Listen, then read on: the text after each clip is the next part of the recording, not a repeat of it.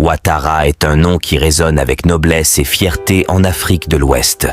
Ce nom appartient à une famille royale qui a régné au XVIIIe siècle sur l'Empire Kong, aussi appelé Empire Ouattara. Selon la tradition, ce nom signifie « prince qui partage », témoignant de la générosité et de la grandeur d'âme de ses porteurs. Ils ont marqué l'histoire de l'Afrique de l'Ouest par leur influence politique, culturelle et économique, et ont su préserver leur identité et leurs valeurs malgré les vicissitudes de l'histoire. C'est pourquoi Histoires africaines prenant son bâton de pèlerin et toujours dans la tradition orale, décide ce jour de s'incruster dans l'univers de ce patronyme et d'en faire la narration de son récit, car Ouattara est un nom qui inspire le respect et l'admiration, un nom qui porte en lui l'héritage d'un peuple, d'une civilisation, et qui symbolise la dignité et la réussite.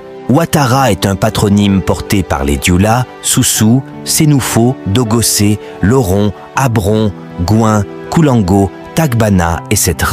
Les Ouattara sont issus des souverains qui dirigèrent l'empire des Wagé, en l'occurrence les Cissé Makanbodian, parti de Bolon, localité située au sud de Bamako. Au moment de la désintégration de l'empire du Mandène, ils montent vers le nord, dans la région de Ségou. De là, ils redescendent vers le sud-ouest et atteignent Dé, tout près de Thiers, dans la région de Sikasso. C'est de là qu'un certain Magaan, en compagnie d'un ami, du nom de Dabila Dao, habitant du village de Théoulé, entreprend l'étape de Kong. Dans le cadre de la réorganisation des routes de commerce, il crée une puissante armée dont les activités les portent jusqu'au voisinage de Djenné en 1739. Mais, à la mort de Sékou Ouattara en 1745, l'aristocratie des Ouattara est déchirée par des querelles intestines.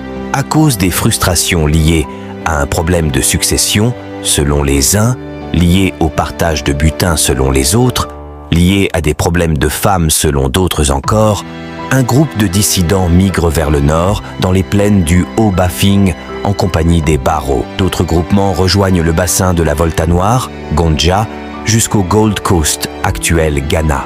En Côte d'Ivoire, les Ouattara sont les chefs des Dioula de Kong. Nous les trouvons dans plusieurs points de la haute Côte d'Ivoire où ils passent de Dioula à Sénoufo par endroits, de Koulango à Abron dans d'autres. À l'extrême ouest, dans le pays des Kola Worodougou, ils ont donné leur nom à l'une de leurs contrées appelée Ouattara-Dougou. Il semble que ce soit de là que sont partis, en sens inverse, l'une vers l'est, Kong, l'autre vers l'ouest, Farana, deux grandes migrations de cette famille. Dans leur région d'origine appelée aujourd'hui le Tchologo, l'aristocratie des Ouattara dirige plusieurs cantons. Ils sont chefs à Diawala, à Ferkessé-Dougou, à Wangolo-Dougou, Niélé. Ils sont installés à Korogo, à Karakoro, à Kadioha-Yondolo et à Boron. Peu nombreux dans la Bagoué, les Ouattara sont présents dans la zone de Tingrela et de Papara. Ils commandent quelques cantons du pays Djimini. Ils sont installés dans les localités de Katiola, Gorossou, Gorbodougou, Nangbotokaha, Ourangbankaha, Darakokaha, Kawolo Mangorosso, Kpana, Djemala. Ici même, les Ouattara dirigent le pays Tagba. Aussi, ils sont chefs dans le Barabo, Bandakiani, Sandiewi, Talakini et Kurumambila. À Bondoukou, ils sont implantés dans leur quartier appelé Donzosso, rappelant les souvenirs de guerriers du royaume de Kong. De même, à Bouna, ils habitent Ouattarasso. Le roi de cette cité porte le Djamou Ouattara. Ils sont fixés à Nassian. Au Burkina Faso, le royaume de Guirico actuel, Bobo Dioulasso, fut conquis par Famara Ouattara, un prince Dioula venu du royaume de Kong.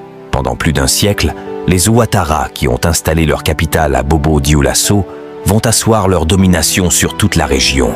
Ils occupent la province du Oué, côté Dougou, Daraslami, Djifoloma.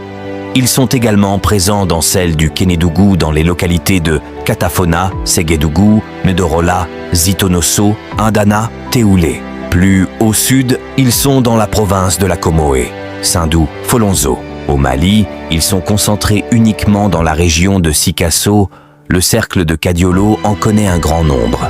Ils résident dans les villages Chiémé, Vata, Kadiolo, Diou, Misséni, Ngolona, Nafégué, Nassoulou, Gouéné. Ils sont à la base de la fondation de Zégoua, de Nassien. En Guinée, On les retrouve chez les Soso sous le nom de Yatara, Yata Yaté qui veut dire le lion. Dans leur marche vers l'ouest, ils s'établirent d'abord dans le cercle de Farana à Sandénia. Puis ils occupent Walia, Bena. Plus tard, battus par leur frère Yula, ils se mélangent à eux et c'est ainsi que nous les retrouvons dans le Bena, Santika, le Sumbuya et les pays voisins. Pour d'autres histoires africaines, abonne-toi. Histoires africaines.